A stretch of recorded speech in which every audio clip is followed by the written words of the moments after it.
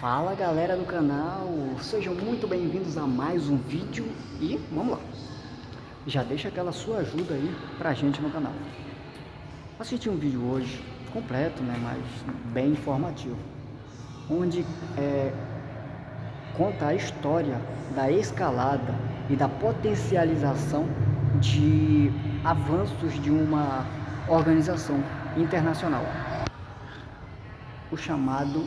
a chamada OTAN, que na verdade eu entendo que a OTAN é o exército formado por vários, constituído por vários exércitos mundiais, né? Ou seja, a OTAN é o exército mundial, onde é subordinada, vamos dizer assim, do ponto de vista pessoal, tá, gente? Pelo que eu vejo, por isso que eu estou falando aqui, porque é ponto de vista, ou seja, né? É baseado, mas vamos lá.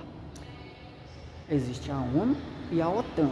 A OTAN é o exército, a OTAN é o exército, eu entendo isso, e a ONU é o país.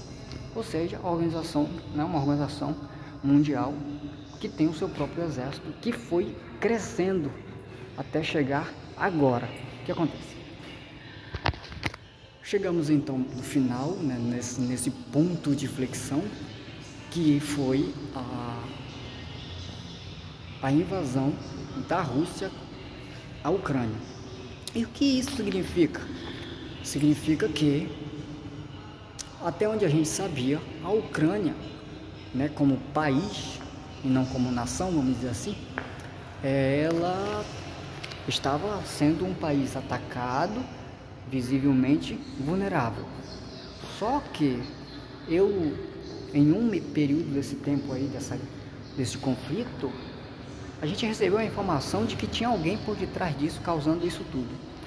Mas a gente era tão focado em somente observar o inimigo em potencial, que era a Rússia, que a gente entendia que era a Rússia, que a gente esqueceu de olhar o que poderia estar acontecendo dentro dos palácios da Ucrânia, né? Então, o tempo se passa e nós chegamos em 2025, e então eu encontro essa informação que corrobora com aquilo, né, com a outra informação. O que acontece? A explicação bem básica foi que através desse contexto da história é que a administração federal da Ucrânia, vamos tratar assim, é que estava com o seu objetivo de entrar para a OTAN, e nessa luta para entrar na OTAN, que eu chamo de o exército da ONU, foi que levou com que a Rússia invadisse a Ucrânia. Ou seja, a Ucrânia estava respaldada num tratado que é exatamente o tratado, né, para que não houvesse mais conflitos ali naquela região. O que acontece? A Rússia,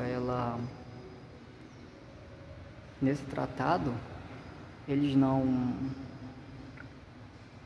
os países vizinhos à Rússia, que fazem fronteira para a Rússia, não podiam, não estavam, né, não poderiam se disponibilizar, vamos dizer assim, para participar da OTAN. Por quê? A OTAN era um exército, a OTAN é um exército, e automaticamente, quando ele se tornasse, né, parte deste exército, a Rússia se sentiria ameaçada, né, com o exército inimigo nas suas fronteiras.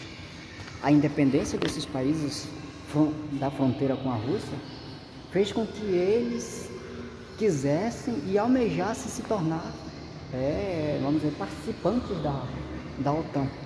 E nesse decorrer de tempo, que é muito tempo, eles foram se formalizando, foram se coalizando, né? E nessa coalizão o tempo passou e a Rússia identificou que isso estava se tornando cada vez mais pujante e se sentiu ameaçada.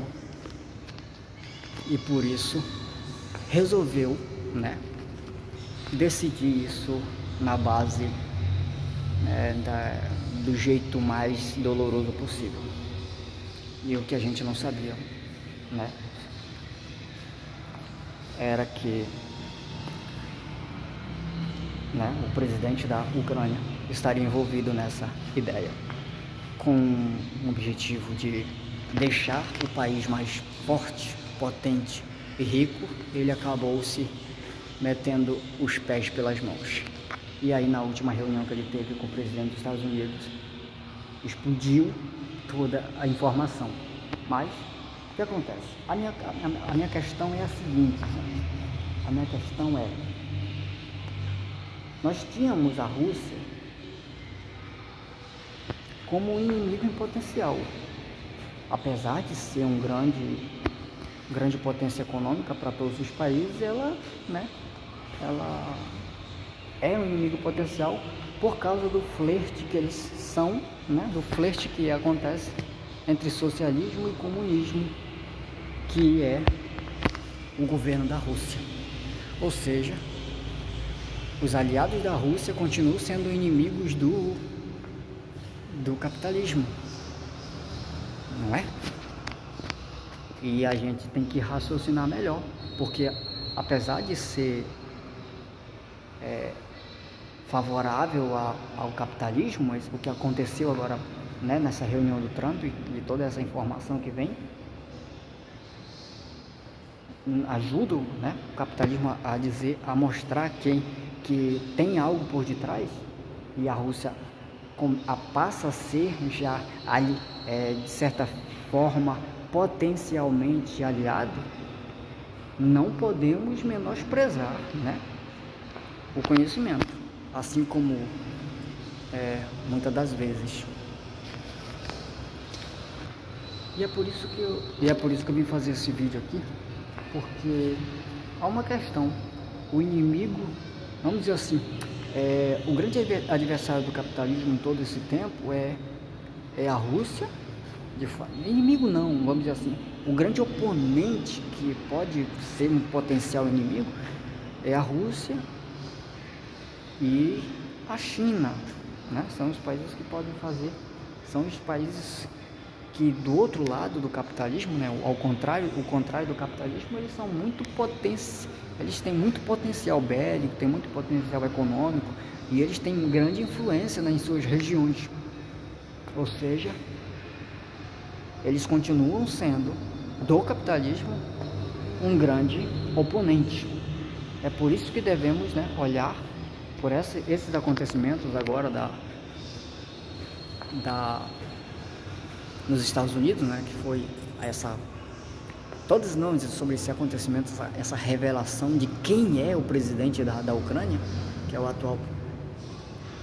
Devemos olhar com olhar de cautela. A gente precisa olhar com um olhar bem mais racional, não é? E aí